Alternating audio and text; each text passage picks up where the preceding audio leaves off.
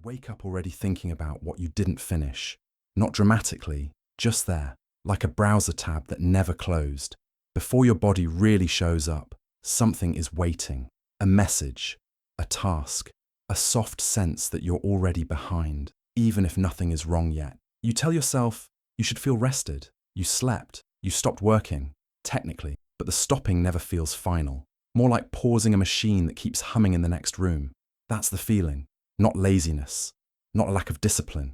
Something quieter, sitting under the surface of your days. We're taught exhaustion comes from effort, from doing too much, too fast. But this kind is different. It shows up on ordinary days, when nothing was especially hard, when the list was reasonable, sometimes even short. And still, by evening, your attention is thin. Your patience runs out early. Rest doesn't land. It feels incomplete. So you reach for small escapes, scrolling longer than you meant to, rewatching things you barely enjoy, not to avoid work, but because your mind wants an edge, a place where nothing else can follow.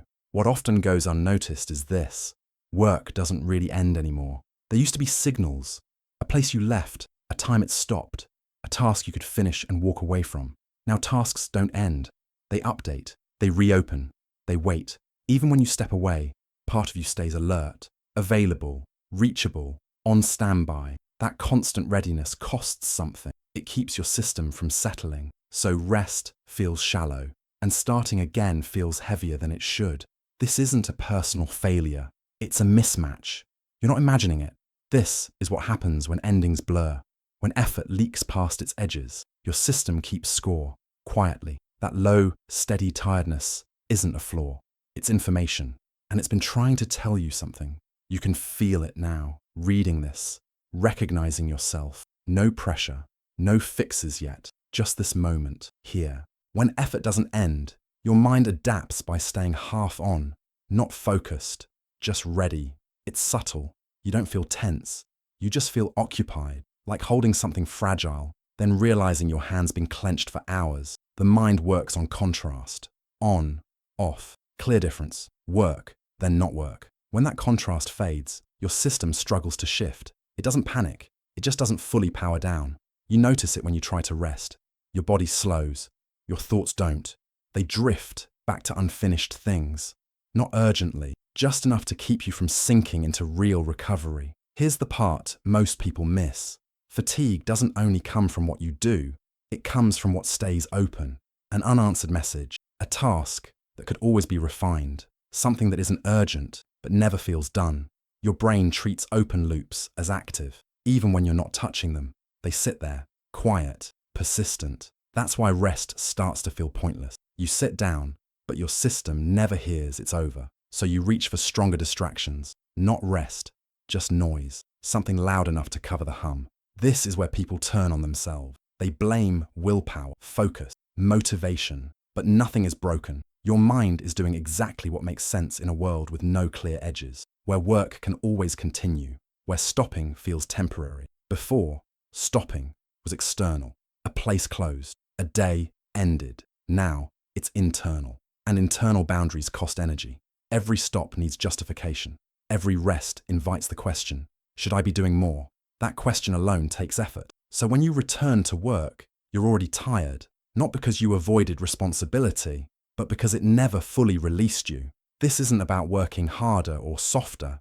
It's about how your mind recognizes completion. Without endings, effort stretches, and stretched effort feels like laziness from the inside. It isn't. It's fatigue without closure. And that difference matters more than it sounds. There's a name for this state, even if we rarely use it. Cognitive load. Not the dramatic kind, the quiet buildup of things that never fully leave your mind. Your brain evolved to track unfinished business. Back then, open tasks mattered, food not found, shelter not secured, danger not resolved. So the mind learned to hold threads open until they closed. Finish the task, feel relief, leave it unfinished, stay slightly alert. That system still runs, but modern work gives it fewer endings. Tasks don't really finish. They pause, they update, they change shape. An email can always be improved. A project can always be refined. Being available becomes part of the job. So your brain does what it always has. It stays on. This doesn't feel like stress, it feels like noise, a low hum that never quite fades. Neurologically, you stay mildly activated, not fight or flight, just enough to block real recovery. Rest needs a signal, a sense of safety. Nothing pending, effort complete. Without that signal, the body rests, but the mind hovers. And hovering is exhausting. That's why long weekends don't always help. Why vacations take days to work. Your system needs time to believe it's not needed. Most people blame themselves for this delay. They think they should relax faster. They try to force it. But relaxation can't be forced. It follows perception. The feeling that demands are truly over. When work lives in your pocket, on your nightstand, in your head, that feeling is harder to reach. So the mind adapts. It saves energy where it can. Attention dulls. Initiative slows. From the outside, it looks like procrastination. From the inside, it feels like resistance. But it's neither. It's a system pacing itself in a world without stop sign. Your fatigue isn't laziness. It's proof of constant engagement. And constant engagement, even quietly, is still work. When a system faces constant demand, it adapts. Not by breaking, by rationing. Your mind starts treating energy as something to protect, not something to spend freely. So it hesitates. It delays. It moves carefully toward anything that feels open-ended. This isn't avoidance.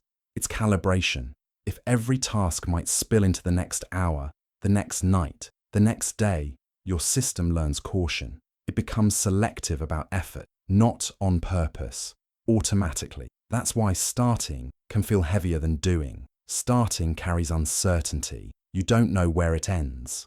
So the mind pauses at the edge, not from poor discipline, from missing clarity. Here's the part most people miss. Motivation needs boundaries. Effort is easier when there's an ending you can sense, even a distant one. When the ending is vague, effort feels risky. Your nervous system prefers contained strain, not endless strain. It will choose a hard task with edges over a soft task without them. That's why structure helps. Real deadlines, clear finishes, and why flexible environments drain you, where everything can always continue. Over time, a story forms. You remember being someone who could focus, who could start, who could finish.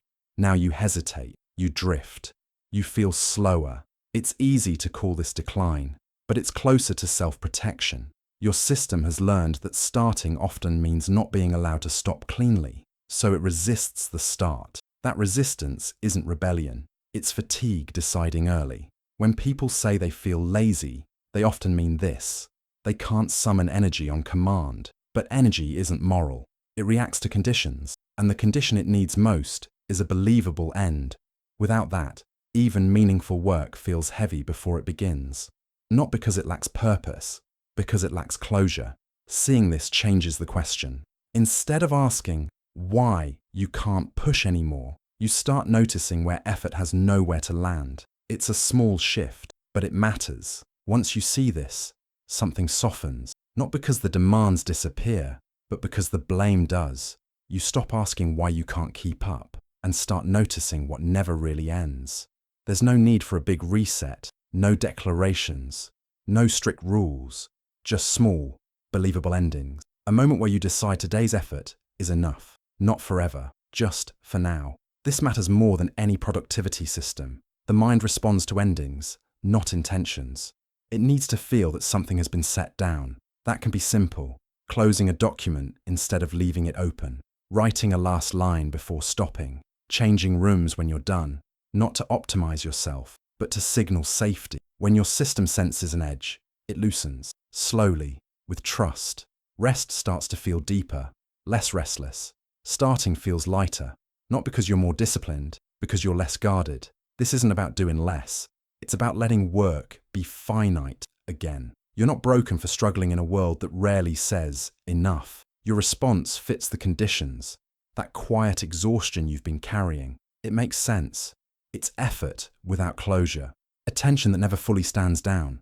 Seeing that doesn't fix everything, but it changes the conversation inside you. From accusation to observation, from pressure to understanding. And often, that shift frees more energy than force ever could. If this felt familiar, you're not alone. Many people live at these blurred edges. They just don't talk about it. You don't need to solve it tonight. Just notice where your day could end a little more clearly. That noticing itself is already rest.